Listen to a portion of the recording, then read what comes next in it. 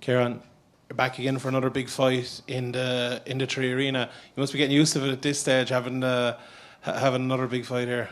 Yeah, of course. Yeah, it's the 7th one here now, so yeah, it's just becoming very familiar. It's actually nice to get to this hotel and just change it up a bit. You know what I mean?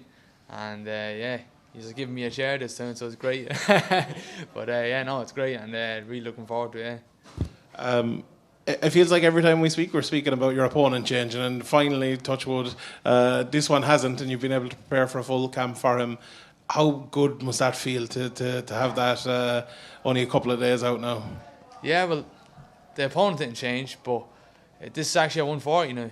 So, yeah, 10 days out, got the news, but like that doesn't, I was good. I wanted to make the 135, because this is actually the third fight that I haven't fought in a weight class. The Brazilian was 150. The one after that was 148. He didn't make that, so it was basically 150. And then now this one's 140. So, yeah, kind of good. I wanted to see how it'd be. I just wanted to make the weight, but like that doesn't matter. It's probably everything happens for a reason. Make the 140, say you feel, and a few adjustments for the next one. So, I'm feeling good. Was this the first fight you were going down to 135? Yeah, first fight, yeah. And what was the decision behind that? You were obviously doing undefeated, doing really well at 145. What was the decision to go down to 135? A few things. So, first of all, I knew I could make it. Back in November 21, I was getting really light, and I knew I could make it. And just, obviously, size myself up to other people and stuff. And I wouldn't have been really like that. But again, that would have been the second reason was.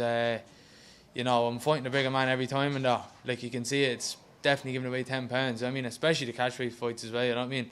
And I know that the last guy was struggling to make weight, but no one was mentioning that he was fought welterweight and lightweight, and so.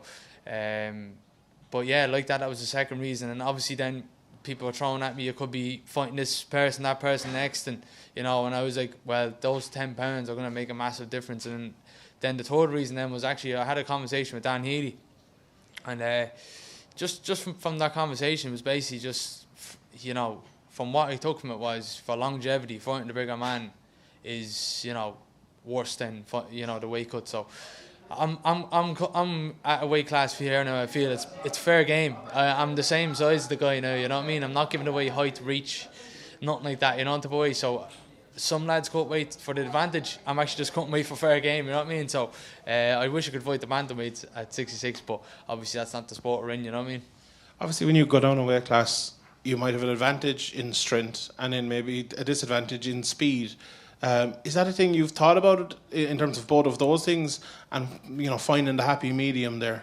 Yeah, well that was the thing. I was like, bounce it off John obviously, and I was like, look, it'd be more like, because they're going to be faster and quicker, and obviously my pace and my cardio, that has been the story at featherweight, you know what I mean? But going down the weight class, but he was like, he basically put it to me like, you're training with your brother, how many years you're training with, Bragaton on the daily, Franz Malambo, Brian Moore, who's out there going up now obviously, but like, when you put it in that perspective, it was like, yeah, that makes sense, you know what I mean?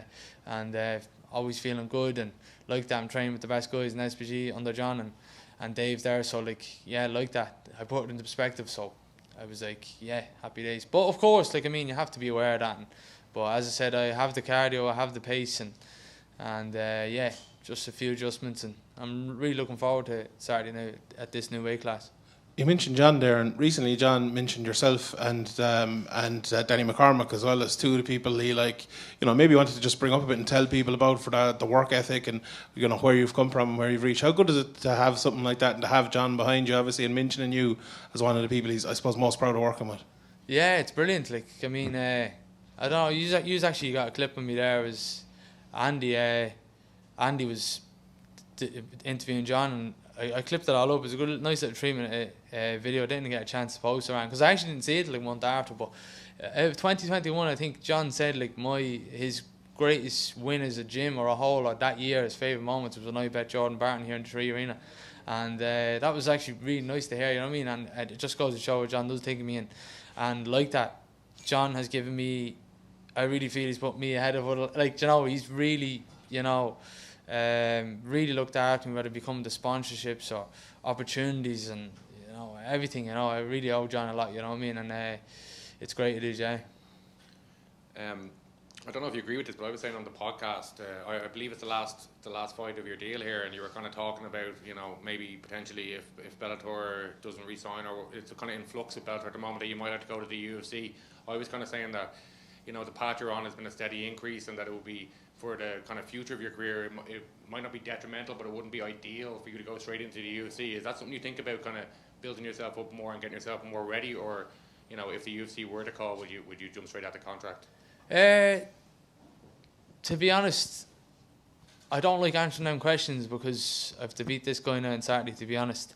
And, I'll be honest, I just can't answer that because I don't know what is going on with Bellator. I'm sure most of us don't. And even speaking to the head lads, they don't know themselves. But all I know is if I fight Saturday, I can't really think about anything after that. I mean, I'd rather be 8-0 having that conversation with you than 7-1, So, and that's the way I'm thinking about it. And yeah, it's very, very hard for me to answer that. I think I'm counting my chickens before they hatch. So it's hard to answer that. I'm sorry, yeah.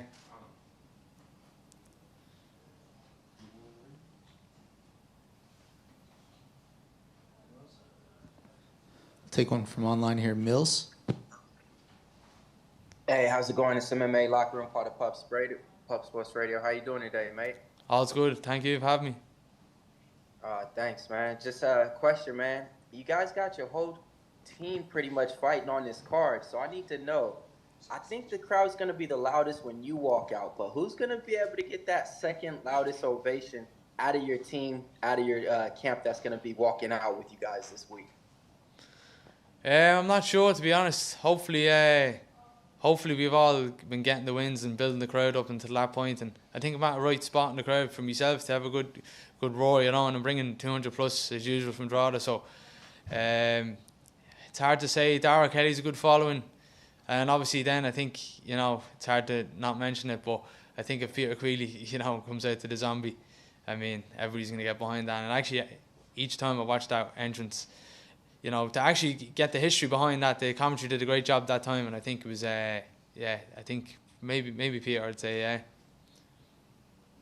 Thanks. Appreciate it. Sorry, boys.